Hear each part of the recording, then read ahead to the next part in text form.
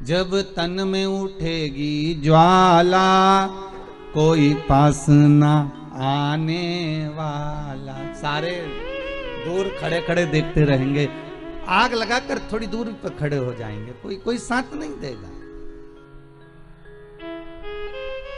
फिर साथ कौन देगा? तो शिव महापुराण की कथा कहती है कि माता के गर्भ में तू अकेला था, ना भोजन करता था, ना नौकरी करता था, ना तू सर्विस करता था, ना तू कमाने जाता था। माता के गर्भ में जैसे तू अकेला था तो तेरा भरण पोषण मैंने करा था। माता के गर्भ में तू पड़ा रहा तो तेरा ध्यान मैंने रखा था। माता के गर्भ में तू रहा तो तेरा भोजन देने का काम मेरा था। माता के गर्भ में जब तू पड़ा रहा तो तुझे जीवित रखने का कार्य मेरा था। तो भगवान शंकर की कथा कहती है कि मरने के बाद का भी टेंशन मत लेना कि लोग जलाकर दूर बैठ जाएंगे। दुनिया के लोग दूर बैठकर तुझे देखते रहेंगे आग लगते हुए, पर शंकर कहते हैं कि तूने अगर मेरा एक बार भी नाम लिया है तो मैं नहीं देख पाऊंगा, मैं तुझे जाकर अपनी बाहों से लपेट लूंगा, अपनी बाहों से लगा लूंगा। किसी ने कहा शंकर भगवान को और कोई भस्म नहीं मिली रमाने के लिए?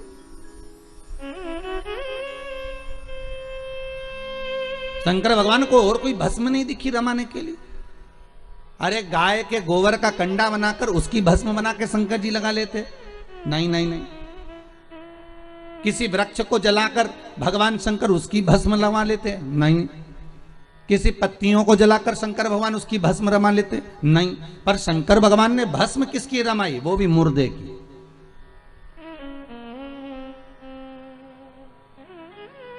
आखिर क्यों? अभी तक हमने एक भी उपाय ऐसा नहीं बताया तुमको बदला लेने का। आज हम तुमको बदला लेने का उपाय बताते हैं कि बदला कैसे है। अगर कोई तुम्हारा बुरा करे, कोई तुम्हें अपशब्द कहे, कोई तुम्हें गाली दे, ताना दे और तुम्हें उससे बदला लेना है तो कैसे लो? तो एक काम करना, एक लोटा जल भरना, शंकर के मंदिर में जाना, एक लोटा जल चढ़ाकर कहना जिसने मेरे साथ बुरा करा बाबा मैंने उसको माफ कर दी, पर मेरे बाबा जल इसलिए चढ़ा रही हूँ, एक समय ऐसा लाकर खड़ा करना, मुझे इतनी उन्नति की सीढ़ी पर चढ़ा देना, जिसने मुझे गाली दी है एक दिन वो मुझसे मिलने के लिए वो समय लाकर। अंदर तो मैं ही था 9 महीने। श्री शिवाय नमस्तुभ्यं। और आग लगाने तक भी परिवार वाले संभाल लेंगे, माना मुझे, पर आग लगाने के बाद कोई नहीं संभालेगा। आग लगाने के बाद तो एक ही संभालेगा। कौन? कालो का काल। जम के तो बोलो, कालो का काल महाकाल। बस वही संभालेगा। फिर वो कहता है कि गले में लगाऊंगा। जब दुनिया चली जाएगी ना, धधकती हुई अग्नि में, धधकती हुई अग्नि में तुमने एक बार भी अगर शंकर का अनुमोदन करा है, शिव महापुराण का स्मरण करा है, शंकर की कथा का रसास्वादन ग्रहण करा है, शंकर की कथा को सुना है, तुमने अगर शिव का अनुमोदन करा है, तुमने शंकर की भक्ति को धारण करा है, तुमने शंकर के नाम स्मरण को धारण करा है, तो उस शिव का स्मरण कब होगा? जब लोग आग लगाकर चले जाएंगे, तब शंकर तुम्हारे से लिपटने के लिए आएगा। तुम्हारी उस भस्म को, तुम्हारे उस भस्म को अपने शरीर पर धारण करेगा कि ये मेरा, ये मेरा।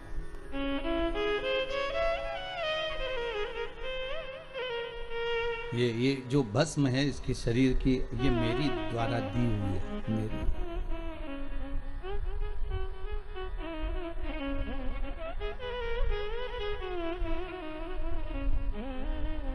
तब शिव, तब शंकर, तब ओघड़ी, तब दयालु, तब दाता सामने खड़ा मिल जाए। फिर वही वाली बात आ गई कल वाली, अंत समय प्रभु आना पड़ेगा, वादा किया तो निभाना पड़ेगा। अंतिम समय में आपको आकर हमारे से जो वादा किया गया है उसको निभाना पड़े। तो भगवान भी कहते मैं निभाऊंगा, मना नहीं है, पर पहले तेरी चित्तवृत्ति में मैं समाहित होना चाहिए।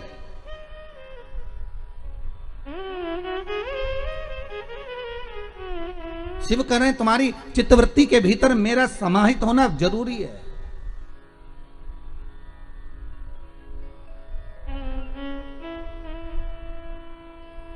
अग्नि में तलातल में, रसातल में, वायुचर में, थलचर में, जलचर में, प्रत्येक जीव में एक शंभु ही तो है, केवल एक शंभु।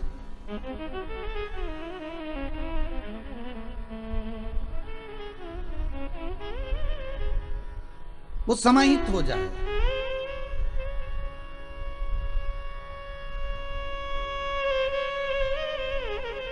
पांडे तारा में अखबार आता है क्या? अरे बोलो तो, अखबार आते हैं? पढ़ते हैं यहाँ? अच्छा, शहरों में भी लोग बहुत पढ़ते हैं, गांवों में भी बहुत पढ़ते हैं अखबार। जहां अखबार छपता है ना, वहां पर बहुत बढ़िया कोरा कागज आता है, बहुत बढ़िया, और उस कोरे कागज पर फिर न्यूज छापी जाती है। बोलो सही है कि गलत है? अरे बोलो तो, सही है ना? वहां न्यूज छापी जाती है। कितने अखबार निकलते हैं, ढेर।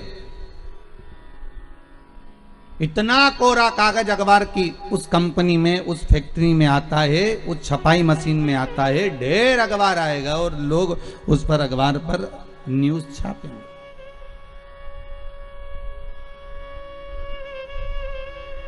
पर कितनी भी अच्छी न्यूज छाप लो,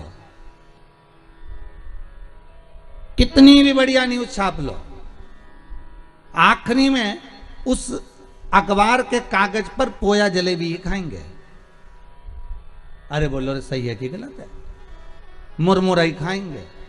उस अखबार के कागज पर तुम कितनी भी बढ़िया न्यूज छाप लो, पर वो अखबार के कागज पर भले कितनी भी जोरदार न्यूज छापो, अच्छी से अच्छी छापो, पर उस पर लोग मुरमुरा खाएंगे, या फिर पोया खाएंगे, या समोसा खाएंगे, कचौड़ी खाएंगे, जलेबी खाएंगे, या उस पर कुछ भी रखकर खाएंगे, पर वो अखबार का टुकड़ा बाद में किसी काम का नहीं रहेगा, फेंक दिया जाएगा। बोलो सही है कि गलत है? उसकी जो शांति वो घट गई, उसमें पोया जलेबी खाया गया। और मान लो जो कोरा कागज अखबार की फैक्ट्री में गया, जो कोरा कागज उस अखबार के कंपनी में गया, उस प्रिंटिंग मशीन में गया, और वहां जो न्यूज छापी, इतनी बड़ी बड़ी न्यूज छापी, एक से बढ़कर एक छापी, पर आखिरी में लोगों ने उस पर पोया जलेबी खाया। मान लो वही कोरा कागज जो अखबार की कंपनी में गया, जो अखबार की फैक्ट्री में गया, जो प्रिंटिंग मशीन में गया, वही कोरा कागज गीता प्रेस गोरखपुर में चले जाता और उस पर अगर रामायण और गीता लिखा जाती तो फिर कोई पोया जलेबी खाता? अरे बोलो तो जम के, कोई खाता पोया जलेबी? नहीं। फिर क्या करते उसको? लाल कपड़े में बांधकर, संजोकर, साध कर उसकी पूजन करते। फिर उस पर ना तो कोई पोया खाता, ना कोई जलेबी खाता, ना कोई मुरमुरा खाता। बस जैसे अखबार कंपनी में कोरा कागज गया तो उस पर न्यूज तो छपी, अच्छी अच्छी छपी, पर उसके बाद भी पोया जलेबी खाया गया। पर वही कोरा कागज जब गीता प्रेस गोरखपुर में गया और वहां प्रिंटिंग प्रेस पर रामायण की चौपाइयां, गीता के श्लोक जब लिखे गए, भागवत रामायण गीता लिखी गई, तो किसी ने उसमें मुरमुरा नहीं खाया, किसी ने उसमें समोसा नहीं खाया, किसी ने उसमें पोया जलेबी नहीं खाया। बस यही हमारा जीवन है। इस कोरे कागज को संसार की कंपनी में डालोगे तो यहां जो छपाई होगी वो मुरमुरा खाने की काम आएगी, और ये जो शरीर है इसको भगवान की भक्ति में डालोगे तो ऐसी प्रिंटिंग होगी कि ये भगवान के काम आ जाएगी। ये कोरा कागज है। इस कोरे कागज को तुम चाहो तो अखबार जैसा बना दो, इस कोरे कागज को तुम चाहो तो रामायण जैसा बना दो। ये कोरा कागज है, मर्जी तुम्हारी है कि कौन सी प्रिंटिंग मशीन में इसको प्रिंट करवाएं।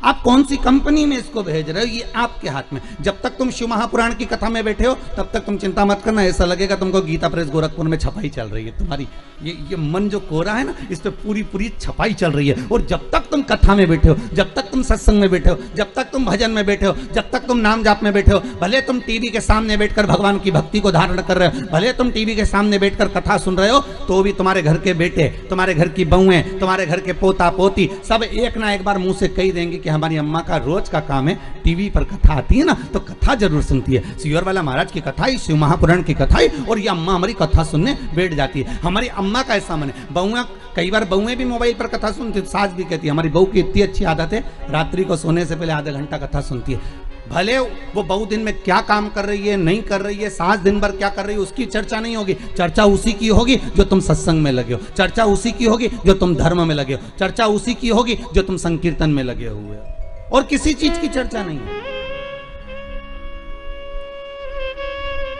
इस कोरे मन को, इस कोरे शरीर को, इस कोरी चित्त वृत्ति को, इस मन को, आपका मन है कि आप अखबार जैसा इस पे न्यूज छापना हो तो न्यूज छापो, संसार की बातें करना हो तो संसार की बातें करो। उनकी अम्मा ने ऐसा कर दिया, उनकी बहू ऐसी कर गई, बताओ उनकी लड़की ने वहां शादी कर ली, बताओ उनने इतनी फैक्ट्री खरीद ली, बताओ उनने ऐसा कर लिया। ये न्यूज है, छापे जाओ।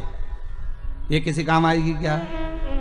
जितनी छापोगे उतने लोग कहेंगे आओ ये तो दिन भर बुराई करे, इसका तो ऐसे ही काम है। और कोई अगर भगवान के भजन में लगा रहे, कोई अगर सत्संग में लगा रहे, तो लोग कहेंगे वाह वाह कितना जोरदार, बढ़िया, भगवान की भक्ति में डूबे हुए, भगवान का भजन कर। ये मन तुम्हारा है, ये चित्तवृत्ति तुम्हारी है। इसको मन को तुम कहां लेकर जाना चाहते हो? इस चित्तवृत्ति को आप कहां लेकर जाना चाहते हो? आप इस पे अगर चाहो तो पोया जलेबी भी खा सकते हो। आपका मन है, अगर आप चाहो तो गीता प्रेस गोरखपुर की छपाई करवा कर, अर्थात राम नाम कृष्ण नाम का स्मरण कर कर, शंकर के नाम का स्मरण कर कर, इस मन को जैसे संत तुकाराम, नामदेव, मीरा, कर्मा, नरसिंह मेहता, ध्रुव, प्रहलाद, इन्होंने अपनी इस कोरे कागज को, इस पर न्यूज नहीं छापी, उन्होंने इसको अपने भगवान की भक्ति में लगा दिया, इस चित्तवृत्ति को लगा दिया।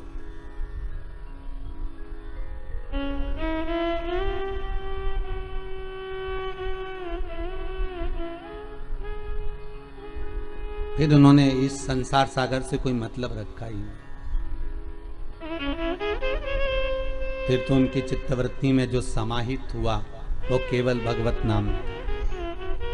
फिर कुछ सूझा ही नहीं, बल्कि और इंद्र को आना पड़ा, वो ध्रुव और प्रहलाद के पास में, और इंद्र को आकर कहना पड़ा कि हमको कुछ आपसे मांगना है। तो पूछ लिया, ध्रुव जी ने पूछ लिया प्रहलाद जी ने, आपको क्या चाहिए, बोलो क्या दिया जाए, क्या प्रदान करा जाए। तो कहा आपने जो पुण्य करा है, आपने जो दान करा है, आपने जो सत्कर्म करा है, आपने जो पुण्य धारण करा है, वो पुण्य हमको दे दीजिए, वो पुण्य हमको प्रदान कर दीजिए।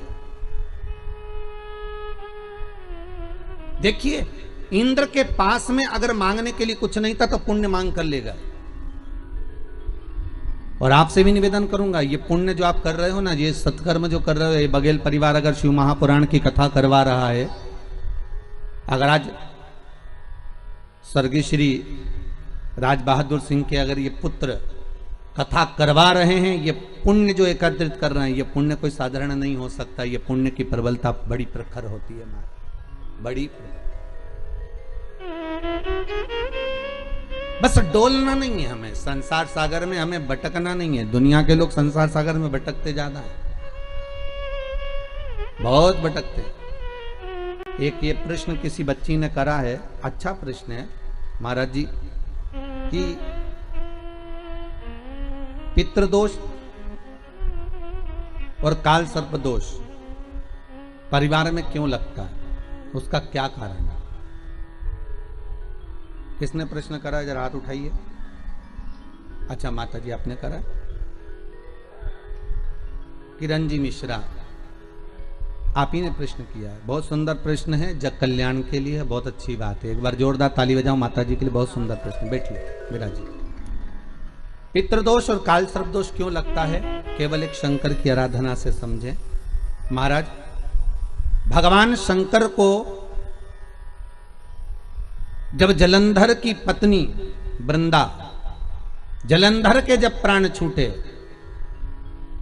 तो जलंधर के प्राण छूटने पर वृंदा जब तुलसी का क्यारा बन गई, और वो वृंदा ने श्राप दे दिया, हे शिव, ये नारायण आपने मेरे साथ छल करा है तो आप शालिग्राम बनोगे, पत्थर बनोगे। पर शंकर, आपने मेरे पति को मारा है तो आपका चढ़ा हुआ जल कभी मुझ में नहीं जाएगा। तो तुलसी के क्यारे में शंकर का चढ़ा हुआ जल कभी नहीं जाना चाहिए। आप लोग अगर भगवान को थाली में, आपके घर में भगवान हैं बहुत सारे, होते हैं आप लोगों के, सभी लोगों के यहाँ होते हैं बहुत सारे भगवान, ठीक है, गणेश जी भी हैं सब क्या, अरे बोलो तो लड्डू गोपाल भी हैं, फिर देवी देवता भी हैं बहुत सारे, फिर शंकर जी भी हैं, तो सबको एक ही थाली में रख लिया और थाली में रखकर सबने उनको स्नान कराना चालू कर दिया। अब सबको स्नान कराया तो शिव जी को भी कराया, बोलो कराया कि नहीं कराया, थाली के अंदर रखकर। अब तुमने स्नान तो करा दिया, स्नान कराने के बाद वो जल को क्या करा तुम लोगों ने, ले जाकर तुलसी के क्यारे में डाल दिया। तो महाराज जी पहले के समय में क्या कालसर्प दोष पितृदोष नहीं होता था? बिल्कुल नहीं होता था।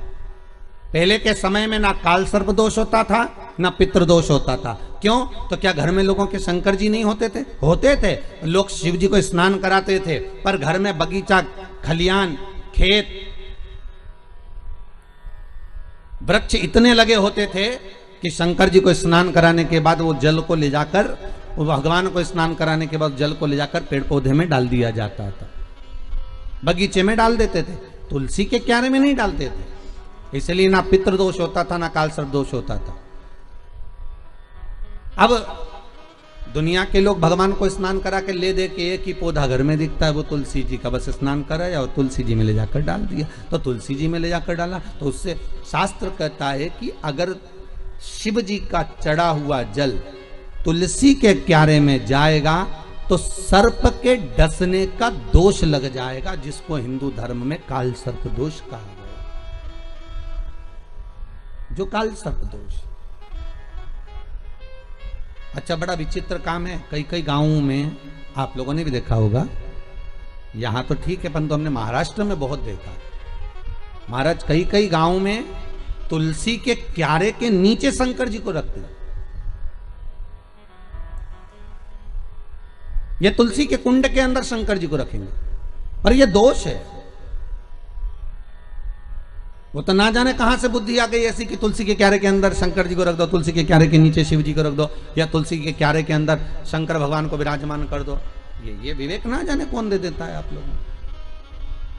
अच्छा दुनिया के लोगों की आदत भी ऐसी है ना, जो अच्छा विवेक मिले ना, अच्छी जगह से कथा मिले, अच्छी चीज मिले तो उसको तो लोग छोड़ देंगे, पर कहीं नाटक मिले, नौटंकी मिले, कोई आपको अलग अलग तरह से ना जाने घुमा फिरा के, ना जाने बुद्धि ऐसी फेर कर गलत चीज बताएगा ना, तो वो समझ में आ जाएगी आप लोग। दुनिया की आदत है।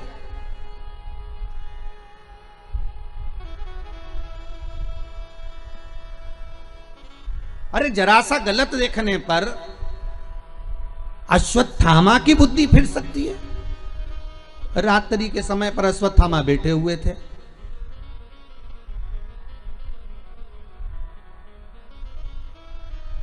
और रात्रि के समय पर अश्वत्थामा बैठे, और बैठे बैठे अश्वत्थामा ने क्या देखा कि एक वृक्ष के कोटर में कौवे के अंडे रखे हुए हैं, कौवे के बच्चे रखे हुए हैं, और एक उल्लू रात्रि के समय पर उड़ता उड़ता आया और वो कौवे के अंडों को उसने, रात के समय कौवा जब सो गया तो उसके अंडों को, उसके बच्चों को मार दिया। किसने? उल्लू ने। अश्वत्थामा ने देख लिया इससे जोरदार कोई काम नहीं हो सकता। अगर ये पांडव जीते, नेत्र खुलने के बाद अगर नहीं मर रहे, तो एक काम करता हूं, जैसे उल्लू रात को आया और उसने कौवे के अंडों को मार दिया, कौवे के बच्चों को मार दिया, तो अश्वत्थामा ने भी विचार करा एक काम करता हूं, मैं भी सोते समय पर जाता हूं और मार देता हूं। और अश्वत्थामा ने करा क्या, जब पांडवों के पुत्र सो रहे थे और अश्वत्थामा उनको सोते हुए को मार दिया, सोते हुए। बस केवल रात्रि को एक जरा सा एक लीला देखी और उस बुद्धि में, अश्वत्थामा के उस विवेक में वो समाहित हो गया। गलत चीज लोगों की बुद्धि में तुरंत आ जाती है कि हाँ हाँ उसने ऐसा करा, उसने तुलसी जी के क्यारे में शिवलिंग रखा तो अपन भी रख लो, उसने ऐसा करा तो अपन भी ऐसा कर लो, उसने यूं करा तो अपन भी ऐसा कर लीजिए। पर शंकर की कथा करें नहीं भाई, ये थोड़ा वंचिता होना चाहिए। महाराज जो शास्त्र सम्मत हो उसका स्मरण करना चाहिए। पहले के समय में दो दोष नहीं रहते थे, ना पितृदोष रहता था ना काल सर्प दोष रहता था। काल सर्प दोष कब आया? जब आप लोगों ने भगवान का चढ़ा हुआ जल, शिव जी का चढ़ा हुआ जल तुलसी में चढ़ाना प्रारंभ करा, तब काल सर्प दोष आया। और पितृ दोष पहले नहीं होता था। क्यों? क्योंकि लोग घर के मटके में से, घर के हंडे में से, घर के परिंडे में से लोटा भरकर पानी लेकर जाते थे और शंकर को चढ़ाते थे। घर का जो रसोई घर होता था वो बीच केंद्र में होता था, रसोई घर घर के मध्य में होता था। तो वहां से जब पानी लेकर जाते थे, परिंडा, मटका, हंडा पितरों का स्थान माना गया है। वहां से जब पानी भरते और ले जाकर शंकर जी को चढ़ाते, तो पूरे घर में से पानी निकलकर जब शिव को चढ़ने के लिए जाता था तो पूरे घर का वास्तु दोष, पितृदोष समाप्त हो जाता था। अब आज के जमाने में मंदिर का लोटा उठाकर मंदिर का पानी भरकर शंकर जी को चढ़ा देते हैं, तो ना वास्तु दोष समाप्त होता है, ना पितृदोष समाप्त होता है, ना काल सर्प दोष समाप्त होता है। पहले भी कथा में कहा, परसों की कथा में कहा कि लक्ष्मी जी अपने पास का अगर कोई सामग्री शिव जी को चढ़ा देती तो शंकर प्रसन्न हो जाते। पर लक्ष्मी जी ने करा क्या? जल भी लाई तो पार्वती की यहां से लाई। लक्ष्मी जी अगर जल लेकर आ रही है तो पार्वती की यहां से लेकर। आपके पास में जो है आप शंकर को वो समर्पित करो। आपके पास में जो हुआ वो शंकर को दीजिए। और शंकर एक बात और कहते हैं कि मुझे दिखावा कर कर मत दीजिए, जो आपके पास में है, जो अपना है वो दो।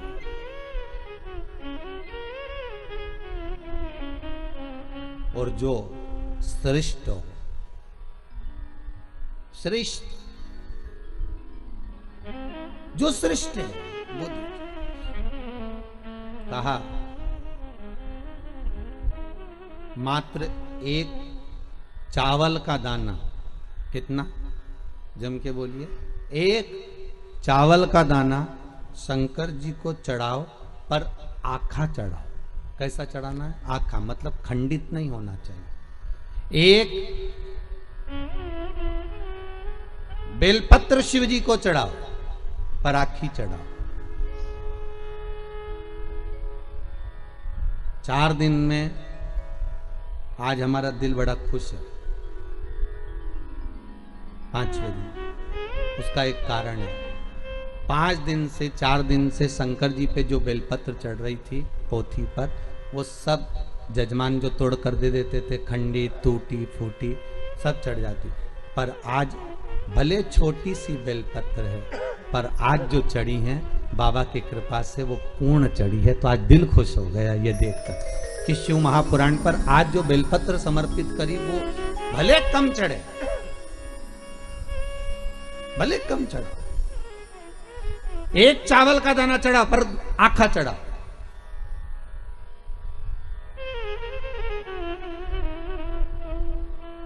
आज हमें बड़ी खुशी मिली है इस व्यासपीठ पर आए। जब बेलपत्री थोड़ी सी हाथ में आई तो देखा कि भले छोटी सी है पर सुंदर कितनी है। आज बाबा इसको अंगीकार करेंगे, स्वीकारेंगे। शिव महापुराण की पोथी नहीं होती महाराज। 7 दिन, 9 दिन, 5 दिन, जितने दिन तक शिव महापुराण जिस जगह पर रखी रहती है, जिस कुल में, जिस परिवार में, जिस भाव में रखी रहती है, वहां पर ये 12 ज्योतिर्लिंग 7 दिन के लिए विराजमान होते हैं। उस पर चढ़ाई गई बेलपत्री का फल 12 ज्योतिर्लिंग पर चढ़ाई गई बेलपत्री के फल के बराबर होता है। 12 बेल ज्योतिर्लिंग के बराबर है। उसका फल एक आनंदी, बड़ी प्रसन्न। थोड़ा दो भगवान को, पर अच्छा। पर दुनिया के लोगों की आदत ये थी, अच्छी चीज होती ना वो अपने लिए रख लेते। बहुत अच्छी साड़ी है तुम्हारे पास में तो बहू को दे दोगी, और अच्छी साड़ी है तो तुम अपनी बेटी को दे दोगी। साड़ी थोड़ी भी गड़बड़ है तो भागवत पे चढ़ा दोगी। इतनी खुश होकर चढ़ाओगी, भागवत महारानी पे चढ़ा दी। अब तुम सोचोगे भागवत जी पे साड़ी चढ़ा दी, और वो साड़ी जो किसी काम की नहीं, वो साड़ी जो किसी के काम की नहीं, जब तुम्हारी बेटी के काम की नहीं, तुम्हारी बहू के काम की नहीं, तुम्हारे काम की नहीं, तो तुमने जो भागवत जी पे चढ़ाई वो महाराज की पत्नी पहनेगी? अरे बोलो तो कहीं नहीं पहने। तुमसे ज्यादा जोरदार महाराज की पत्नी तो कहीं पहने ऐसी साड़ी? किस काम की हो? इसलिए शिव महापुराण भले थोड़ा लग जाए, लोगों को लगता है कि महाराज जी ऐसी बात बोल, पर एक चढ़ाओ पर अच्छा चढ़ाओ, एक चावल का दाना चढ़ाओ अच्छा चढ़ाओ, एक बेलपत्र चढ़ाओ भगवान को पर वो अच्छी चढ़ाओ, एक पुष्प चढ़ाओ अच्छा चढ़ाओ, एक वृक्ष की पत्ती चढ़ाओ पर अच्छी चढ़ाओ, एक दुर्वा चढ़ाओ पर अच्छा चढ़ाओ, एक लोटा पानी चढ़ाओ पर अच्छा चढ़ाओ, दिल से चढ़ाओ। हमें नहीं लेना मंदिर का पानी, हमें नहीं चाहिए मंदिर का जल, हमें तो घर से लेकर जाएंगे, भले इतना सा लेकर जाएं, वो चढ़ाएं।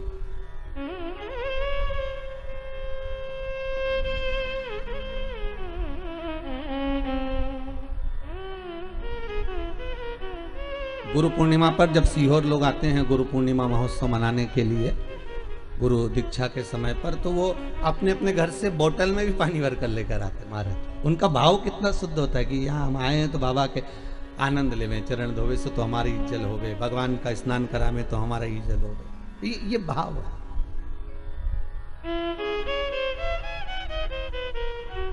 अभी सीहोर में रुद्राक्ष महोत्सव था, आप में से कुछ लोग पहुंचे भी होंगे। कौन कौन पहुंचा था? आप लोग हाथ उठाए, हाथ पहुंचे भी थे। तो आप लोगों ने देखा होगा कि शंकर जी पे जल चढ़ाने के लिए हमने कोई टंकी भरकर नहीं रखी थी कि आपने यहाँ पर टंकी भर दी हो कि इसमें से पानी भर भर के ले जाओ और शिव जी को चढ़ा दो। देखा था आप लोगों ने? नहीं भरी थी ना।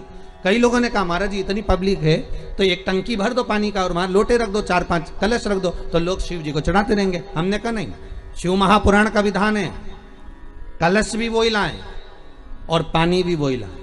अब उनकी मर्जी, वो कुएं में से खींच के लाएं, बोर में से निकाल के लाएं, टैंकर से लाएं, जहां से उनकी मर्जी पड़े जल वो लेकर आए और चढ़ाएं। क्यों? क्योंकि इतनी दूर आए हैं तो एक लोटा पानी भी चढ़ाएं तो उनकी कामना पूरी हो, उनकी मनोकामना पूर्ण हो। भरने को तो हम जल भर देंगे, हमको क्या करना। जब कुएं में इतना पानी डल रहा था, लोगों के लिए इतना पानी की व्यवस्था करी गई थी, तो आपके लिए एक टंकी पानी भरने में क्या जाता। पर नहीं, आप स्वतः लेकर आएंगे, आप स्वयं लेकर आएंगे और उस जल को आप स्वयं समर्पित करेंगे तो उसका आनंद ही दूसरा हो,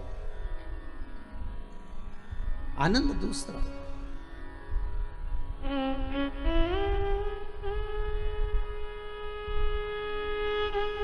गंगा जली खोली है कभी किसी ने? किसी के यहाँ गंगा जली खुली है?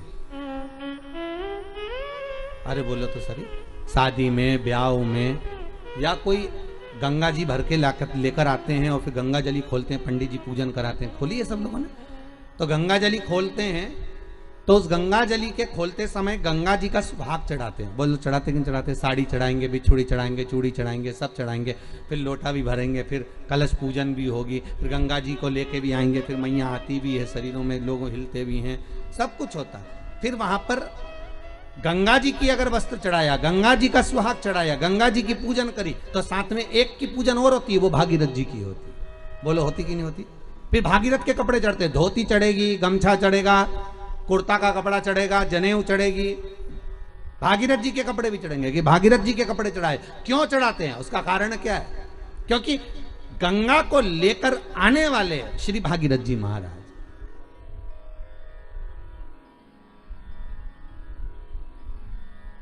अगर हम केवल गंगा की आराधना कर लेंगे तो गंगा उतना फल नहीं देगी जितना देना चाहिए। अगर हमने भागीरथी गंगा का स्मरण करा कि हे भागीरथ महाराज आप गंगा को लेकर आए थे, 60,000 काकाओं के उद्धार के लिए लेकर आए, राख के ढेर बन गए थे संत के, केवल एक दृष्टि से वो राख के ढेर बने, 60,000 काकाओं का उद्धार। हे गंगा मैया, भागीरथ जी महाराज लेकर आए गंगा को। तो इसलिए हमारा हिंदू धर्म कहता है कि जब गंगा जली खोली जाती है, गंगा की पूजन करी जाती है, गंगा जली का उत्सव जब करा जाता है तो सबसे पहले भागीरथ की पूजन करी जाती है कि भागीरथ महाराज इस गंगा को लेकर आए हैं। तो हे भागीरथ जी आप गंगा को लेकर आए, आप ही से सीखकर हम गंगा जी को हरिद्वार से, प्रयागराज से, इलाहाबाद से हम भरकर लेकर आए हैं। ऐसी कृपा करना गंगा मैया, जैसे आपने भागीरथ बाबा के 60,000 काकाओं का उद्धार करा था, वैसे हमारे पूर्वजों का भी उद्धार कर देना। इस भाव से हम गंगा जी की पूजन करते हैं, भागीरथ के साथ करते, अकेली गंगा नहीं पूजते। हम अकेली गंगा का स्मरण नहीं करते, हम भागीरथी गंगा का स्मरण करते हैं, हम विष्णुपदी का स्मरण करते हैं।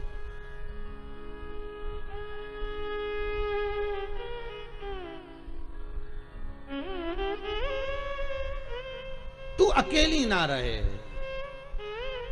सर्व जगत के सुख के लिए तू आनंद देने वाली मां है प्रगट।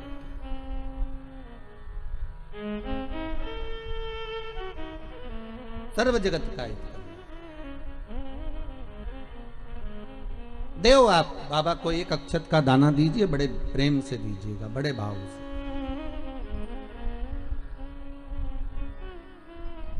एक साधे सब सधे, सब साधे विसरा। आप अगर शिव जी का भजन कर रहे हो तो शंकर की भक्ति में ऐसे डूब जाओ, ऐसे डूब जाओ कि फिर शिव के सिवा कोई सुहाए नहीं। शंकर की भक्ति में ऐसे डूब जाओ, हर एक में शंकर दिखे। कृष्ण की भक्ति में ऐसे डूब जाओ कि हर एक में कृष्ण नजर आए। राम की भक्ति में ऐसे डूब जाओ कि सब जगह राम नजर आए। पर जितना एक जगह पर आप जाते रहोगे, वहां से आपको जो प्राप्त होगा वो सुख का आनंद ही कर देगा। सुख आनंद। जिनके यहाँ पितृदोष होता है, काल सर्प दोष होता है, वास्तु दोष होता है, उनको ज्यादा कुछ नहीं करना होना। महाराज, एक बेल का फल लीजिए। क्या लेना है? बेल का फल, बेलपत्री का जो फल होता है उसको ले लो। उसके अंदर का जो गुर्दा होता है, अंदर का जो भाग होता है, उसको निकाल लीजिए और उस बेल के फल में आटा सेक कर उसमें शक्कर मिलाकर उसको उसके अंदर भर लीजिए। अमावस्या के दिन सुबह 10 बजे से पहले उस बेल फल में, जिसमें तुमने पंजेरी भरी है, आटा सेक कर भरा है शक्कर के साथ में, उसको अपने घर में घुमाने के बाद में जिसको काल सर्प दोष बताया है, पितृदोष बताया है या वास्तु दोष का स्मरण बताया है, घर में सब दूर घुमाकर अपने परिवार का हाथ का स्पर्श कराकर पीपल के पेड़ के नीचे तक खड्डा खोदकर उस बेलपत्र के उस फल को दाब दीजिए। उस फल को उसमें दबा दीजिए। महाराज, केवल एक अमावस्या करना रहता है, पितरों के दोष से मुक्ति मिलती है और हमारे घर के कार्य सफल होना प्रारंभ हो जाते हैं। कार्य की सफलता होती है, कार्य में सफलता प्राप्त होने लगती है। हम तो कई बार कहते हैं महाराज जी, अगर ऐसा लगे किसी औषधि को आप ले रहे हैं, मालूम पड़े कि औषधि आपको लग नहीं रही है, शिव महापुराण की कथा कर रही है, मान लो औषधि आपको नहीं लग रही, आपने औषधि बहुत दिनों से ले रहे हो, कोई दवाई, मान लो आप किसी भी दवाई को ग्रहण कर रहे हैं और वो औषधि लगी नहीं रही है, वो शरीर को लगी नहीं पा रही और आप ठीक ही नहीं हो पा रहे, 15 दिन हो गए, 8 दिन हो गए, बताओ, उतना की उतना ही कैटरीना है, उतना ही उतना अपना भरा हुआ, वही की वही लीवर, वही की वही किडनी, वही की वही स्मरण, सभी कुछ वही वही है, उतने की उतना ही।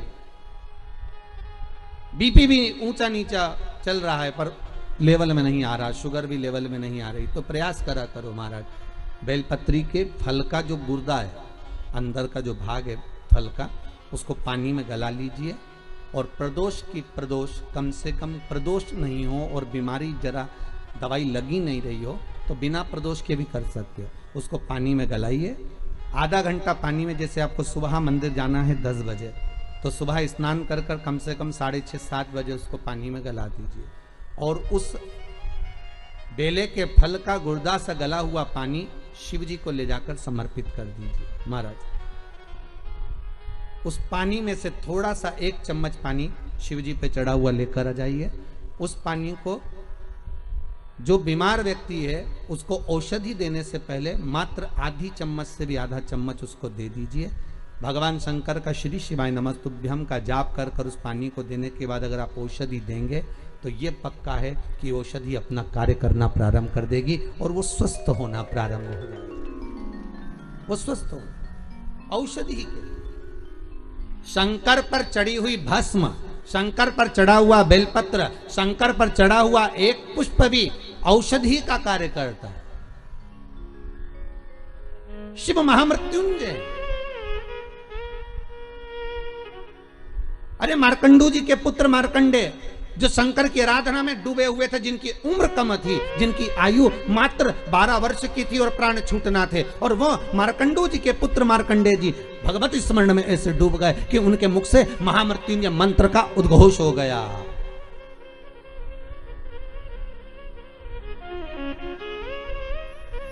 भगवान शिव के नाम का उद्घोष हो गया। जैसे नंदी महाराज शिलाद नाम का ब्राह्मण, जिनको ऋषि भी कहा गया है, जिनका नाम था शिलाद। क्या नाम है उनका? जम के बोलिए। शिलाद ब्राह्मण है, ऋषिवर है। और शिलाद ब्राह्मण है, ऋषि हैं, बड़े शिव के भगत है, शंकर का बहुत अनुमोदन करते हैं, शिव का स्मरण में वो हमेशा डूबे रहते हैं। और उनका एक नाम स्मरण, केवल ओमकार का ध्वनि करना और ओम नाम में डूबे रहना। ओम नमः शिवाय,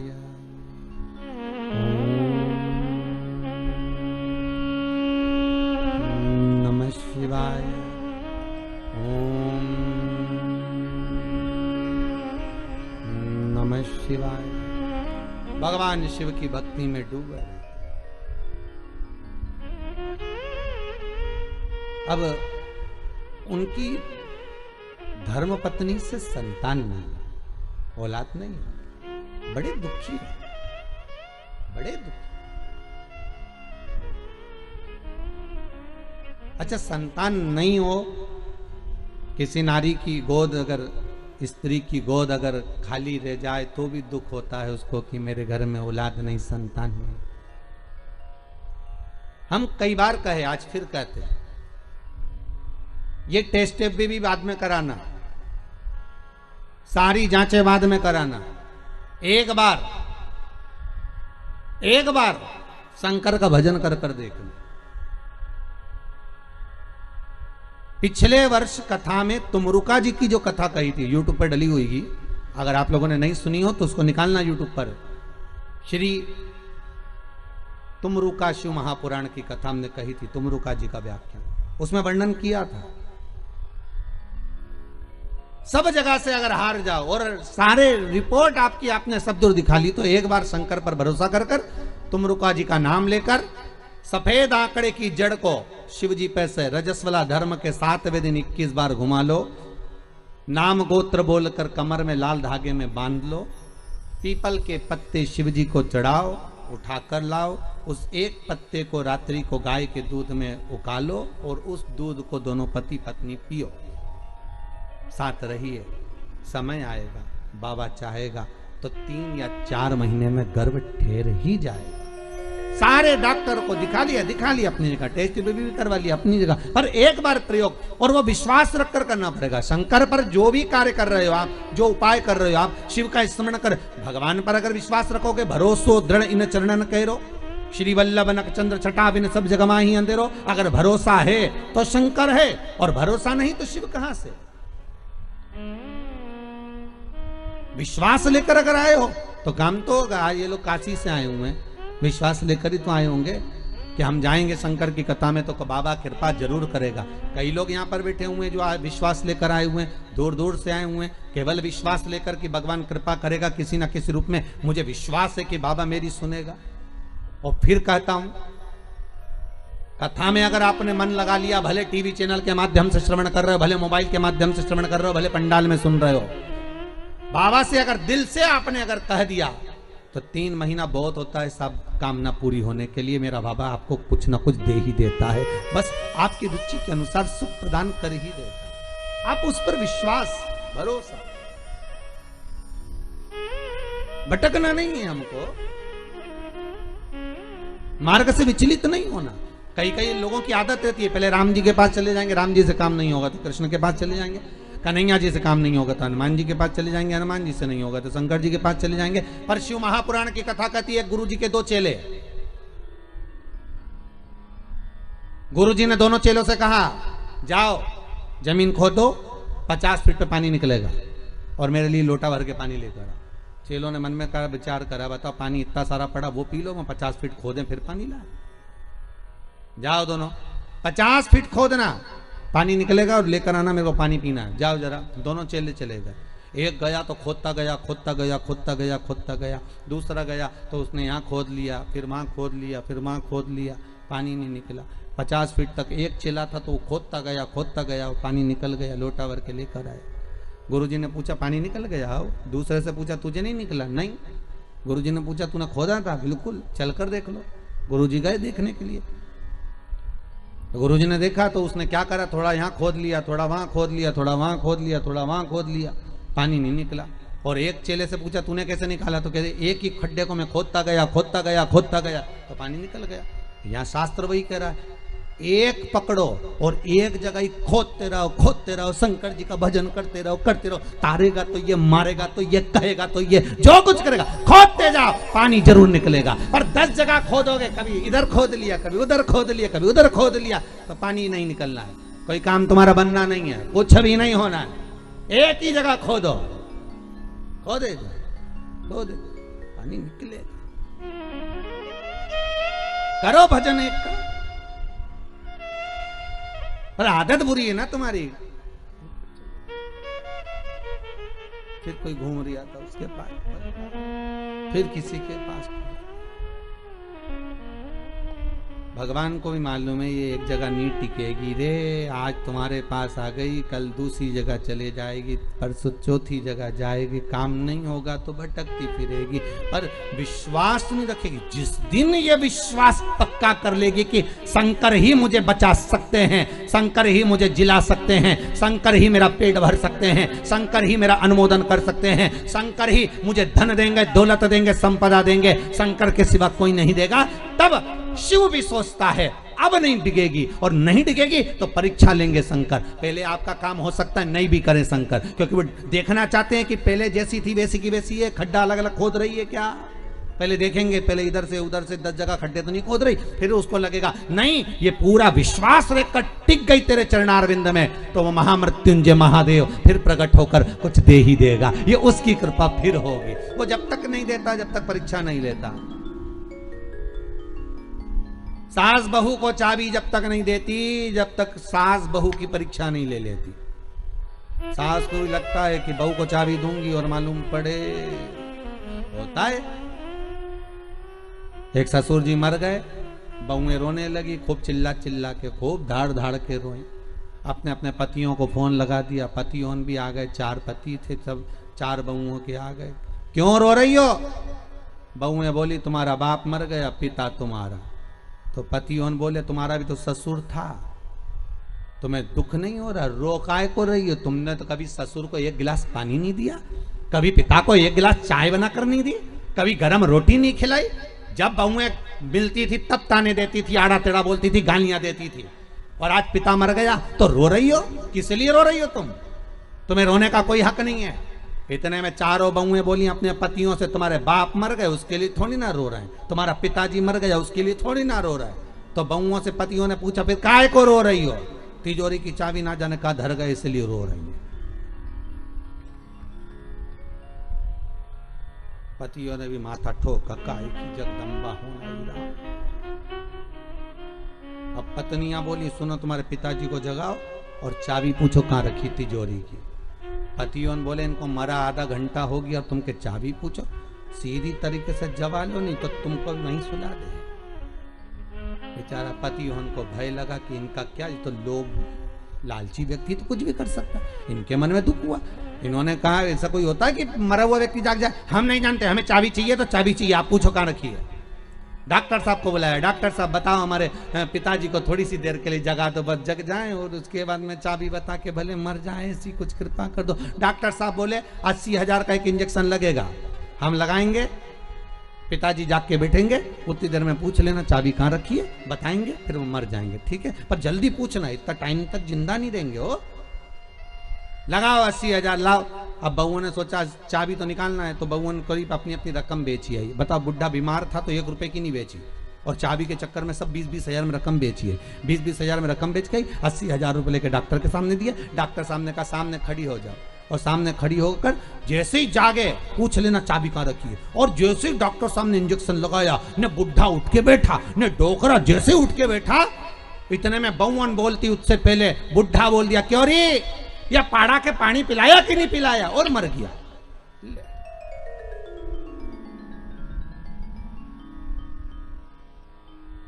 अब बहुवन तो और चिल्ला चिल्ला के रोने लगी। डॉक्टर साहब वंस मोर, एक बार फिर से डॉक्टर साहब बोले ला 80,000। फिर इंजेक्शन लगाऊंगा, अब की बार पाड़ा के पानी पिलाए, अब भैंस के पिला के मर जाएगा। ला अभी जगाऊं मैं, जगाने में क्या। ये दुनिया है साहब, धन की मीत है, कोई किसी का नहीं संसार में, केवल धन ही मीत है।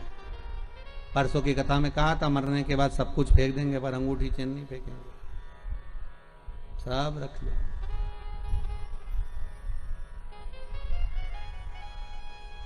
कौन फेंक रहा?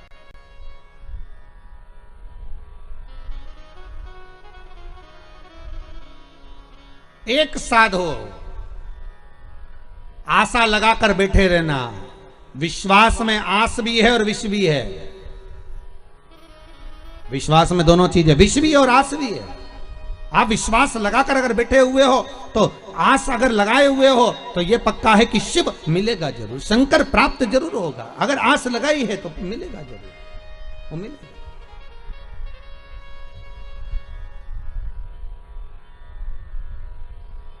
परमात्मा से अगर मन चित्त वृत्ति रमाए हुए हो तो प्राप्ति जरूर हो।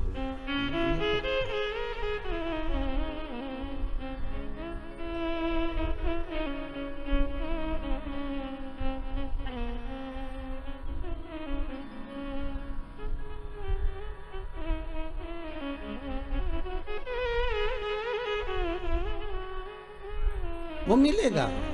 और शिव महापुराण की कथा कहती है महाराज, उम्र भले कम हो पर भक्ति प्रबल हो। शिलाद की धर्म पत्नी से संतान नहीं थी, और शिलाद के मन को खलता नहीं था, पर परिवार के लोग कहते थे कि कोई तो एक पुत्र हो जाए जो तार दे। तब भगवान शिव ने आकर एक वर दिया, चिंता मत करो, एक दिन जब तुम भजन करने के लिए कहीं जा रहे होगे, पृथ्वी को खोदोगे, उसमें से एक बालक निकलेगा, वही बालक तुम्हारा पुत्र कहलाएगा। निकला बालक, उसका नाम नंदीश्वर रखा। क्या नाम रखा है? नंदी।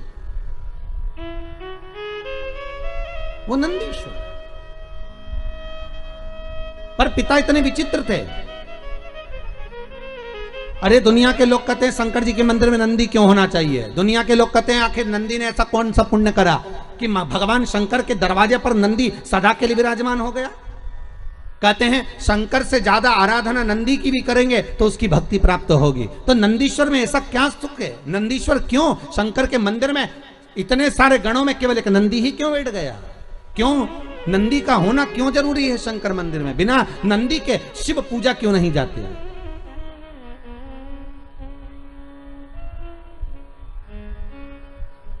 बिना नंदी के शंकर क्यों नहीं पूजाते? उसका कारण केवल इतना है कि पिता ने जब देख लिया 4 साल का बेटा नंदी, उसका भरण पोषण करा, जो जमीन में से प्रकट हुआ था, जो पृथ्वी में से निकला था, उसका पालन पोषण शिलाद ने कर लिया। और शिलाद ने करने के बाद एक दिन शिलाद के यहां पर देवता आ गए, एक मित्र एक वरुण,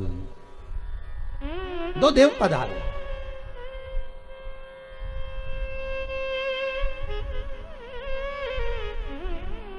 दो देव, मित्र और वरुण दोनों पधारे। और जब दोनों देव जब आए दोनों की सेवा में, आज शिलाद ने एक काम करा, अपने छोटे से पुत्र को लगा दिया कि इनकी सेवा करनी। जाओ, मेरा आपसे भी निवेदन है, बहुत भाव से कहूंगा, आपके घर में कभी साधु आए, सन्यासी आए, तपस्वी आए, संत आए, साधक आए, उपासक आए, तो मेरा निवेदन रहेगा कि आपके घर के पुत्रों को, किसको? आपके घर के पुत्रों को, आपके घर के पोतों को, आपके घर के बच्चों को सबसे पहले सेवा में लगाइए और कहिए कि जाओ जरा सेवा करिए।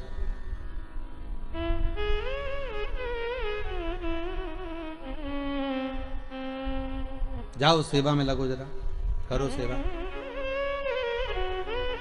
करिए।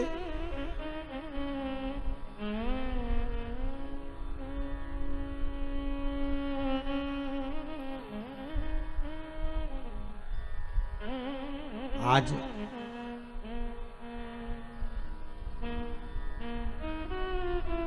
यदि ये यजमान परिवार कथा करा रहे हैं तो इनके बच्चे भी तो देख रहे हैं ना कि हमारे चाचा, हमारे पिताजी, हमारे काका, हमारी काकी, हमारे ताऊ, हमारी दादी सब शिव महापुराण की कथा का पूजन कर रहे हैं, अर्चना कर रहे हैं, भक्ति कर रहे हैं, तो उनके मन में भी तो सेवा का भाव जागेगा। वो भी तो मन में जागृत करेंगे कि हमें भी सेवा करना चाहिए, हमारा भी सेवा का भाव उत्पन्न होता है कि हम भी भगवती स्मरण करें।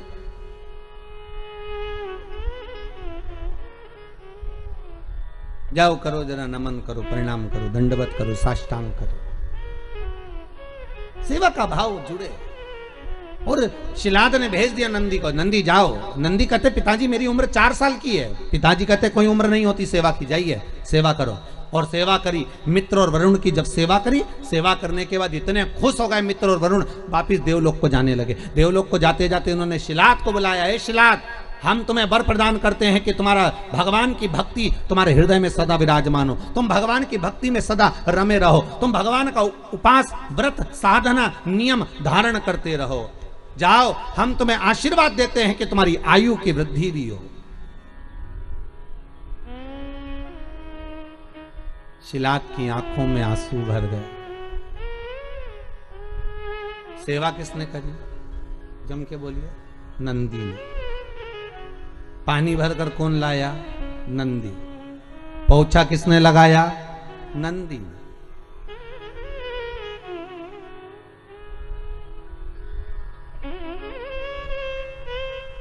पोछा कौन लगाया? नंदी।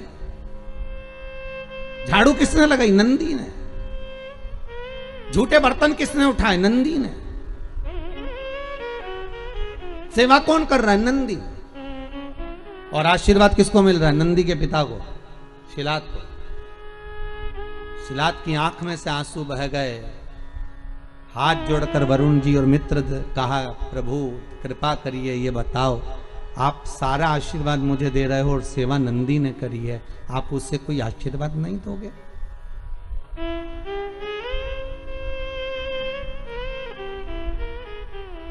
आप हमें कोई आशीर्वाद नहीं दोगे?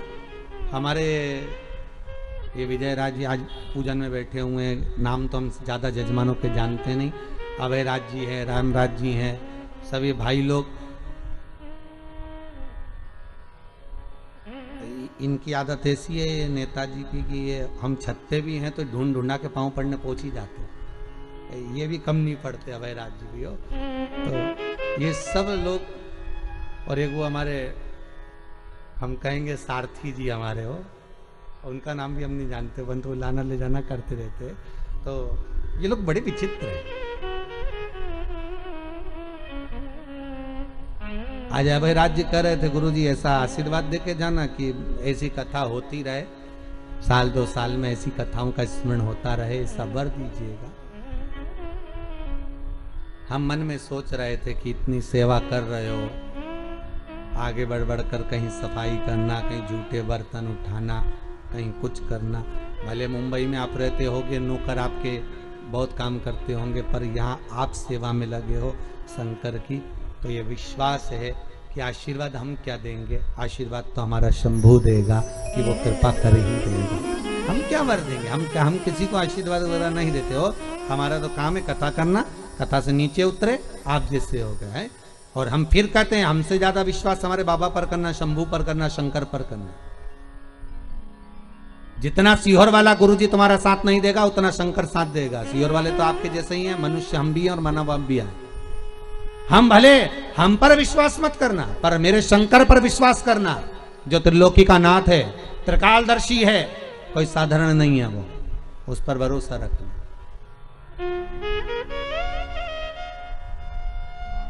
हम क्या दे? वरुण और मित्र आशीर्वाद दे रहे हैं तो शिलाद को दे रहे हैं, और शिलाद की आंखों से आंसू बह रहा है कि आशीर्वाद मिलना था मेरे पुत्र नंदी को और आशीर्वाद मिल रहा है शिलाद को। शिलाद कर रहे हैं मुझे वर मत दीजिए, अगर आशीर्वाद देना है तो नंदी को दीजिए। तो वरुण चुप हो गए, और वरुण जैसे ही चुप हुए तो शिलाद को लगा कि बात क्या है, आखिर ये आशीर्वाद क्यों नहीं दे रहे, कारण क्या हो गया कि आशीर्वाद नहीं मिल रहा है, और पुत्र को नहीं मिल रहा, हमको तो मिल रहा पर बेटे को क्यों नहीं दे रहे, आखिर कारण क्या है। नंदी को कहा शिलाद ने, जाओ बेटा बाहर। नंदी जैसे बाहर गए, और बाहर जाते से ही उसी समय पर शिलाद ने वरुण के चरण पकड़कर कहा, ये बताओ कि आपने जिसने सेवा करी उसको आशीर्वाद क्यों नहीं दिया?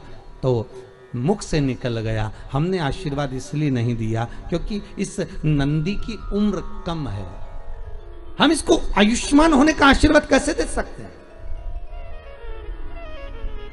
नंदी की आयु कम है। शिलाद ने कहा, इसका कोई उपाय? वरुण तो कह दिया कि नंदी की उम्र कम है, पर वरुण के साथ जो मित्र आया था उसने कह दिया उसका एक उपाय है, अगर तुम्हारा पुत्र नंदी शंकर की आराधना में लग जाए, शिव की उपासना में लग जाए, शंकर को रिझाने में लग जाए। दुनिया में एक ही है जो उम्र बढ़ा सकता है। कौन?